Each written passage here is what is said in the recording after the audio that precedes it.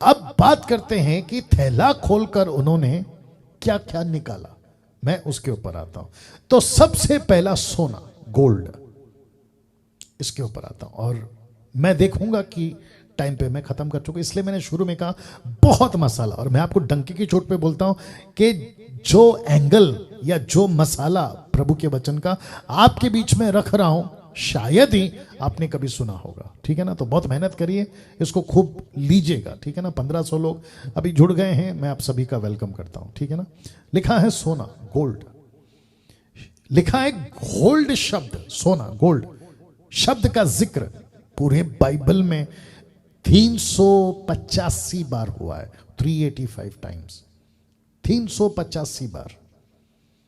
अब आपको बताता हूं कि गोल्ड मेटल, गोल्ड धातु, चांदी है, पीतल, ब्रास, लोहा, ऐसे करके जितने भी मेटल्स होते हैं ना, उन सब में कीमती कौन है?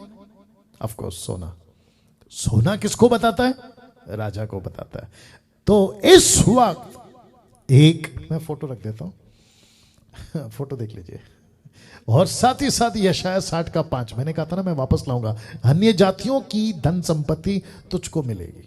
कॉन्टेक्स्ट वही है, यीशु की है कॉन्टेक्स्ट में, अन्य जातियों की संपत्ति तुझको मिलेगी। तो साथ ही साथ मैं आपको यह भी बताता चलूं कि ऐसा हो सकता है कि क्या नाम है, मरियम, यूसुफ, उनके फैमिलीज आना जाना, एक तो गरीब थे, छोटा सा गांव है नासरत, पैसे की जरूरत पड़ी होगी, तो प्रभु ने कहा कि अन्य जातियों का पैसा, धन संपत्ति मैं तुझको दूंगा। तो गोल्ड, अब ये गोल्ड सिर्फ एक एंगल नहीं है कि उनको पैसे की जरूरत थी तो चलो पैसा मिल गया, ना ना ना ना ना।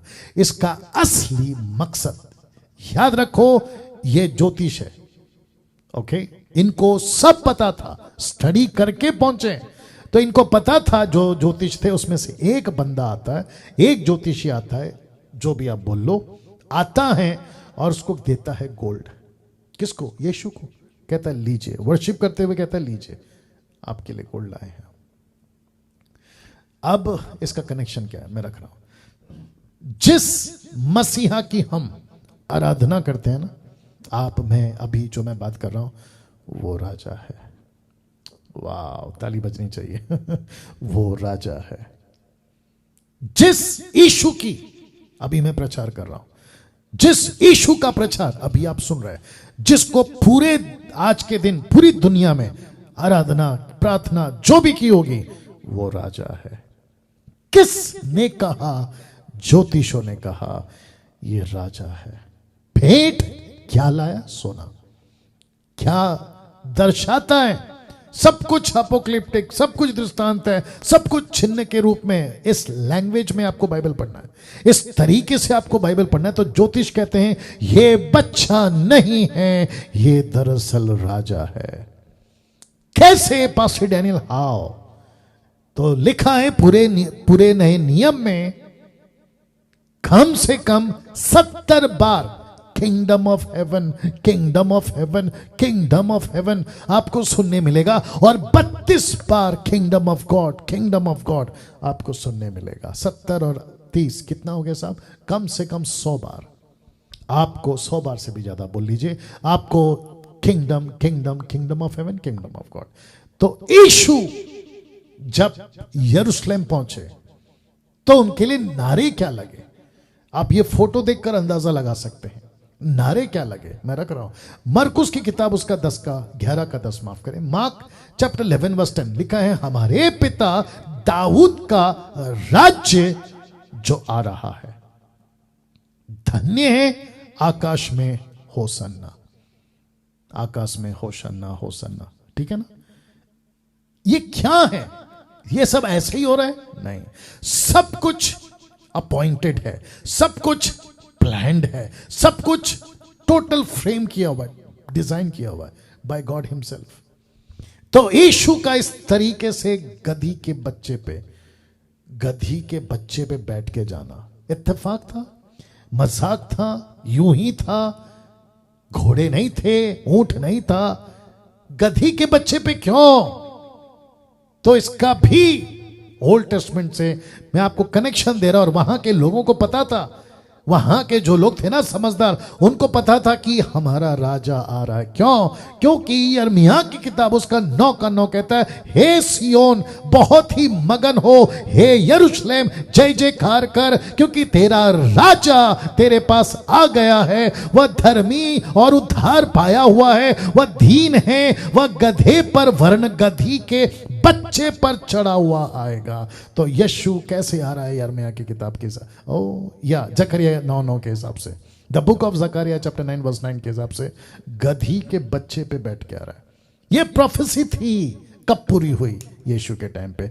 कौन रिकॉर्ड कर रहा है? मरकुस रिकॉर्ड कर रहा है 11 का 10। कैसा लग रहा है दोस्तों? कभी इस एंगल से समझा था बात को?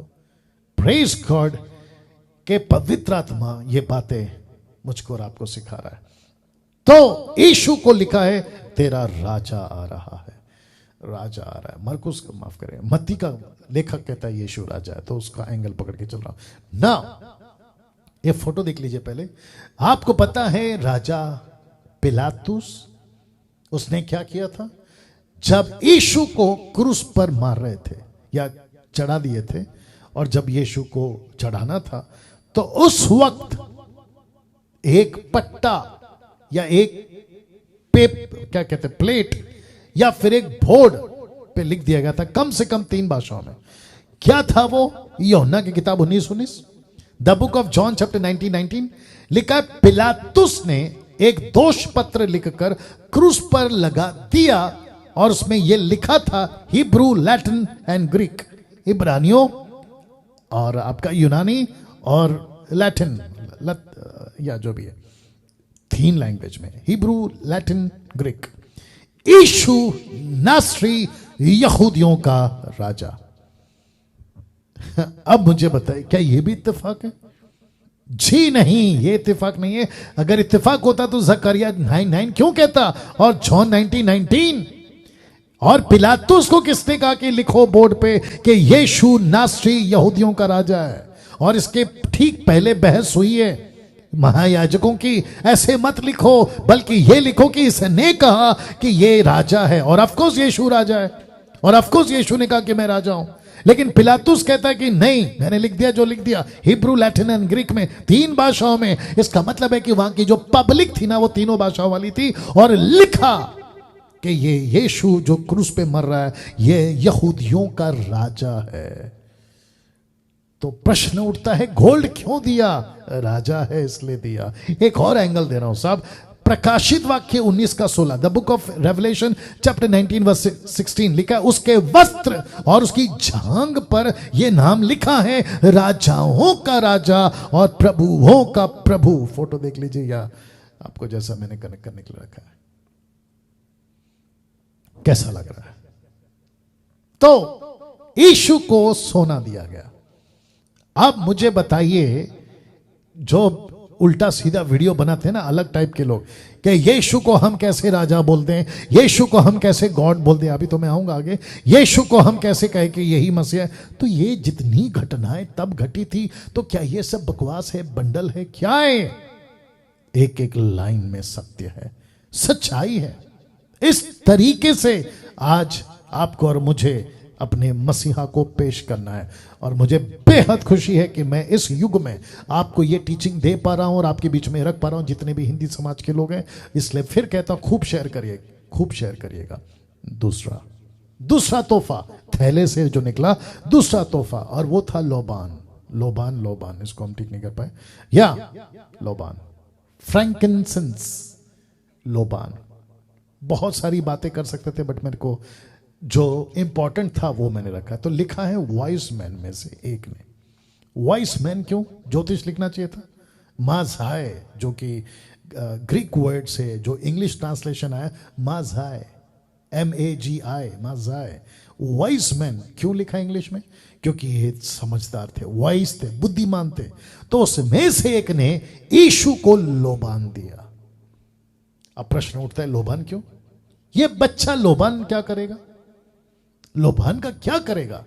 तो जिस ज्योतिष ने, जिसको इंग्लिश में वाइस मैन लिखा है, उसमें से एक, आप ये फोटो देख लीजिए, उसमें से एक जिसने लोबान दिया, क्योंकि ये खुद भी अपने अपने देश में याजक थे जो लोबान का काम करते थे, और पवित्र आत्मा ने सही अगुवाई की कि ये बच्चा वाकई में लोबान के योग्य है, फ्रैंकिनसेंस के योग्य है। क्यों रख रहा हूं लोबान इजरायलियों के लिए एक याजक पद की सेविकाई को दर्शाता है।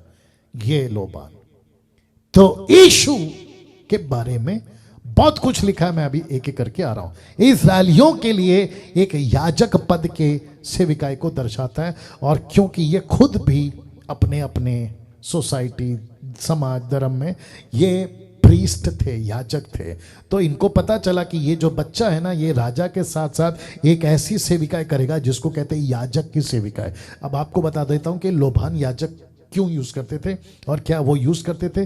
तो लेविटिक्स चैप्टर 2 वर्स 1, लेवी व्यवस्था 2:1 लिखा है, जब कोई यहोवा के लिए अनबलि का चढ़ावा चढ़ाने चाहे तो वो मैदा चढ़ाए और उस पर तेल डालकर, शब्द पे ध्यान दीजिए, उसके ऊपर लोबान रखे।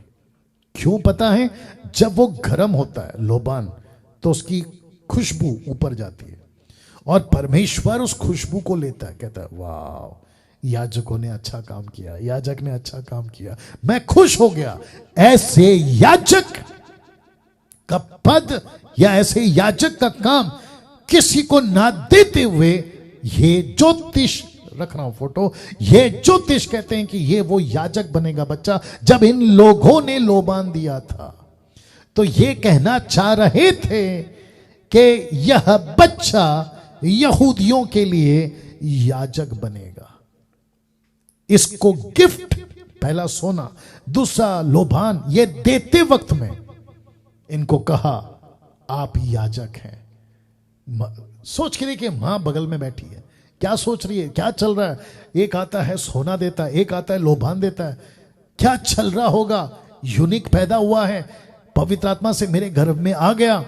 कभी ये ज्योतिष, तो कभी गडरिये, तो कभी कुछ, कभी एलिजाबेथ, कभी जकरिया को जॉन द बैप्टिस्ट पेट में उछल रहा है। ये सब चल क्या रहा है? एक देखिए, मैं बीच में भी बोला था जब यीशु का प्रचार कर रहा था, यीशु के बारे में जब यीशु पैदा हुआ ना, चारों तरफ हल्ला था, चारों तरफ क्योस था, चारों तरफ न्यूज थी, खबर थी, एक ऐसा बच्चा पैदा हुआ है।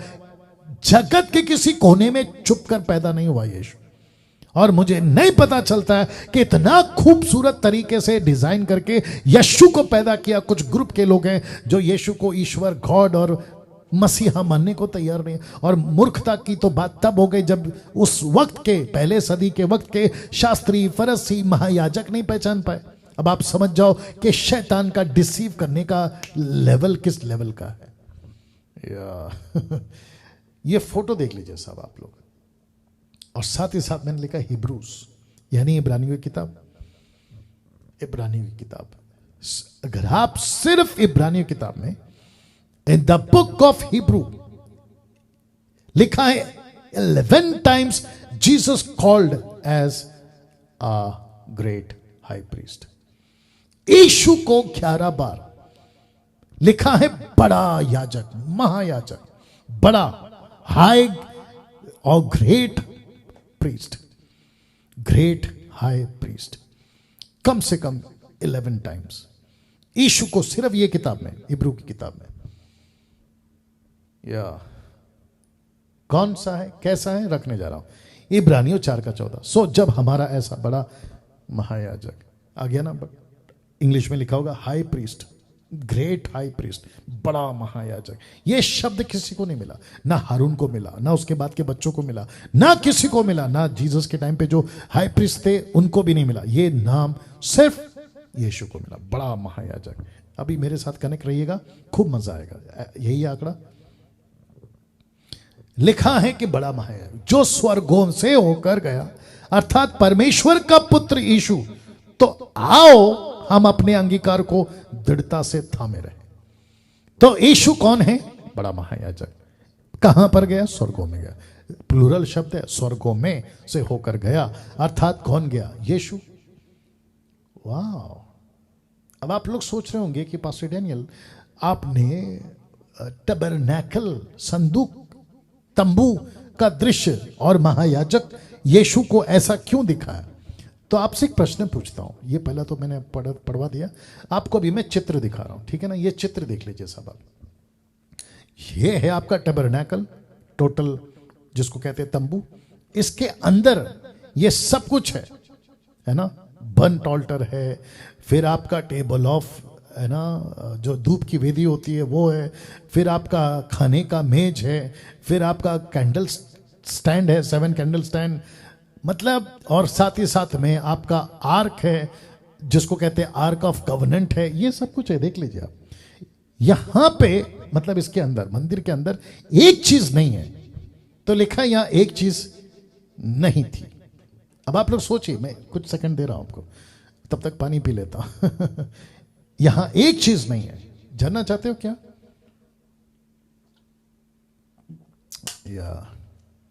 यहां एक चीज नहीं है। और आपको शायद कभी ध्यान गया नहीं गया, मुझे नहीं मालूम, बट मुझे बेहद खुशी है और मैं एक्साइटेड हूं वो एक चीज जो नहीं है आपको बताने के लिए। वक्त को ध्यान में रखना है, इसलिए मैं आ रहा हूं, ठीक है ना?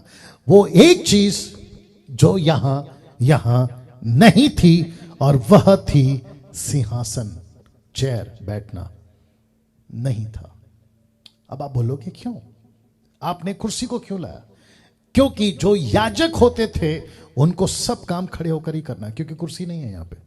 परमेश्वर ने मूसा को नहीं कहा कि कुर्सी रखो, हाई प्रीस्ट है, कुर्सी रखो, बैठेगा, नो। नहीं, उसको खड़े रहकर काम करना है।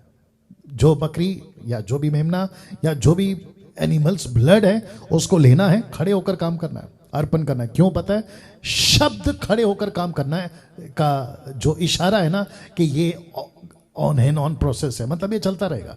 लेकिन जैसे ही, come on get ready now, जैसे ही परफेक्ट ब्लड ऑफ जीसस, सिद्ध लहू यीशु का महायाजक जिस दिन मिल गया, जिसको कहते हैं बड़ा महायाजक, तो लिखा है तब, फोटो देख लीजिएगा, पिता के दाहिने हाथ, मरकुस 16:19, निदान प्रभु यीशु उनसे बातें करने के बाद स्वर्ग पर उठा लिया गया, जिसको कहते हैं कि स्वर्ग का टैबरनैकल, तंबू, और लिखा है परमेश्वर की दाहिनी ओर बैठ गया। बैठ गया। तो फोटो देख लीजिए, यीशु पिता के दाहिने हाथ में बैठ गया है। इसका मतलब क्या है? इसका मतलब यह है, जब अपना खुद का लहू देकर बैठ गया तो किसी प्रकार का और सैक्रिफाइस की जरूरत नहीं है, नहीं है, नहीं है, क्योंकि सर्वसिद्ध लहू मिल चुका था। और यही वजह थी, जब यीशु ने कहा पूरा हुआ, तो मंदिर का पर्दा ऊपर से लेके नीचे तक फट गया। यह साबित करता है कि अब ऐसा महायाजक है जो कुर्सी पर बैठ गया है, जो सिंहासन पर बैठ गया है। और ये कौन है? ये हाई प्रीस्ट है, ये महायाजक है जो कुर्सी पर बैठ गया है। अब कोई धूप नहीं जलेगा, अब किसी प्रकार का कोई बकरी, भेड़ बकरी का खून नहीं चढ़ेगा, अब किसी प्रकार की सैक्रिफाइस की जरूरत नहीं। और इसलिए मैं बार बार कहता हूं कि जुडियासम में जो अभी चल रहा है ना नाटकबाजी, वो उससे दूर रहो, क्योंकि वो आपको वापस यीशु जो कुर्सी पर बैठ गया उसको उठाने पे मजबूर करेंगे ये लोग। ये तो बात अलग है कि किसी का बाप यीशु को नहीं उठा सकता, ये बात अलग है ना। वो बैठ गया, तो ये प्रश्न उठता है क्यों बैठ गया? प्रश्न उठता है क्यों बैठ गया? ठीक है, तो जवाब ले लीजिए और फोटो देख लीजिए। लिखा है इब्रानियों 9:12, बकरों और बछड़ों के लहू के द्वारा नहीं, पर अपने ही लहू के द्वारा एक ही बार पवित्र स्थान में प्रवेश किया। कौन सा पवित्र स्थान? यीशु को तो मंदिर के बाहर मारा गया, यीशु मसीह को तो कोसों दूर लेकर मारा गया, यीशु को तो गोलगता के पहाड़ पे मारा गया, मंदिर में कहां मारा गया? इसका ये दे देना प्लीज, क्या कहते हैं, चार्जर, इसको लगा दीजिए। मंदिर के बाहर हुआ है, नीचे लगा हुआ है शायद, लगा दीजिएगा। मंदिर के बाहर हुआ है, तो यीशु मसीह कौन से मंदिर में प्रवेश किया? जो हाथ का बनाया हुआ मंदिर में नहीं गया, बल्कि यीशु मसीह स्वर्ग का मंदिर है ना, उसमें गया। कैसा लग रहा है अजीजों? वाह, यहां तो ताली बजनी चाहिए थी। और लिखा है मंदिर में प्रवेश किया और अनंत छुटकारा प्राप्त किया। ये जो शब्द है अनंत छुटकारा, इसके बाद कोई सैक्रिफाइस नहीं दिया, ना ही देना है। इसलिए जितने लोग मुझे सुन रहे हैं, अब कोई बाकी सैक्रिफाइस बलिदान नहीं बाकी है, क्योंकि सर्वसिद्ध ने हमेशा के लिए आपके मेरे लिए कीमत चुका दी। यीशु को कहा गया अनंत छुटकारा, यीशु को कहा गया है कि द फाइनल हाई प्रीस्ट, यीशु को कहा गया कि यही है आखिरी वाला। उसके बाद कोई कॉन्सेप्ट नहीं आता महायाजक का। तो जितने भी बॉसगिरी करना चाहते ना, मैं प्रीस्ट हूं, मैं याजक हूं, मैं अलाना हूं। अभी बीच में कोई था, मैं बात कर रहा था, मैंने पूछा तुम ऊपर से लेके नीचे तक सफेद कपड़ा में भी कहता है तू मलका सिद्दीक की रीति पर सदा के लिए याजक है। वो दूसरी जगह कौन सा है? भजन संहिता 110 का 1 से 4 तक में मेरे प्रभु से यहोवा की ये वाणी है, तू मेरे दाहिने बैठ जब तक कि मैं तेरे शत्रुओं को तेरे चरणों की चौकी ना कर दूं। तेरा पराक्रम का राज्य दंड यहोवा सिय्योन से बढ़ाएगा। तू अपने शत्रुओं के बीच में शासन करेगा। तेरी प्रजा के लोग तेरे पराक्रम के दिन स्वच्छ बलि बनते हैं। तेरे जवान लोग पवित्रता से शोभ्यमान और भोर के गर्भ से जन्मी हुई उसके समान तेरे पास हैं। अब इसको देखो, यहोवा ने शपथ खाई है और ना पछताएगा, नहीं पछताएगा। क्या? कि तू मेलकिसेदेक की रीति पर सर्वदा का याजक है। यीशु सर्वदा का याजक है, यीशु के बाद कोई और नहीं। बीच में किसी ने कहा यीशु के बाद एक और आया है, नहीं आया। आपको अपना कहानी बनाना है, बनाओ। इब्रानियों 7 का 21 लिखा है, क्योंकि वे तो बिना शपथ याजक ठहराए गए, पर यह शपथ के साथ उसकी ओर से नियुक्त किया गया, जिसने उसके विषय में कहा कि प्रभु ने शपथ खाई और वह उसे फिर ना पछताएगा कि तू युगान युग याजक है।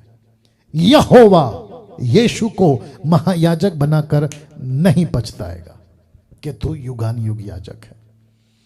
समाप्ति पे आ रहा हूं। तीसरा, गंधरस या गंधरस। नाउ, जब तक गोल्ड दिया था ना तब तक ठीक था, लोबान दिया तब तक भी ठीक था, पर जब गिफ्ट, अब ये गिफ्ट इनको परेशान करेगा या करा होगा। कौन सा? गंधरस।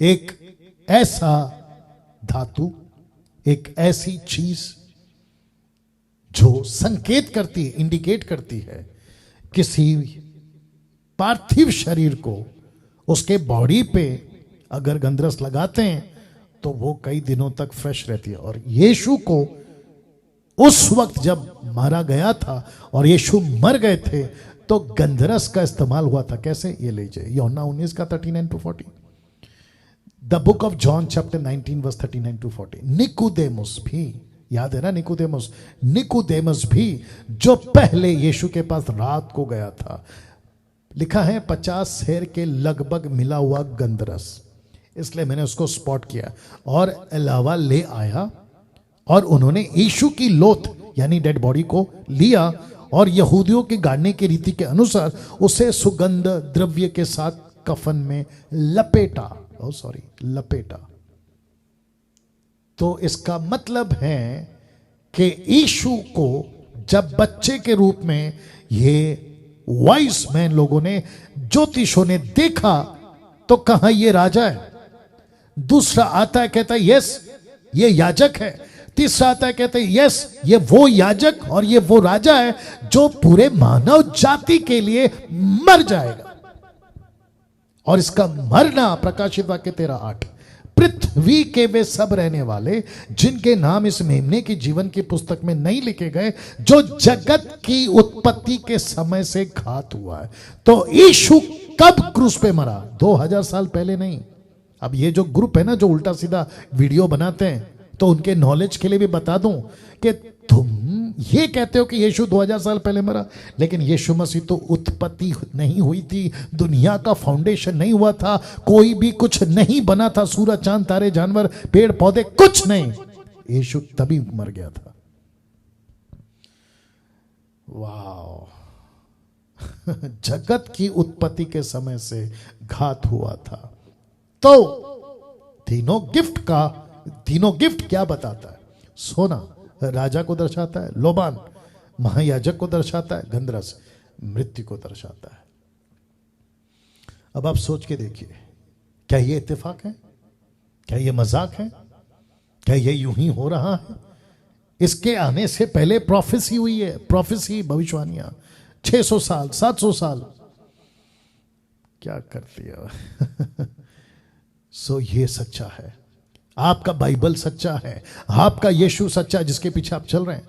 राजा है, महायाजक है, और ये राजा महायाजक ऐसा है जो मानव जाति के लिए मर जाएगा। अब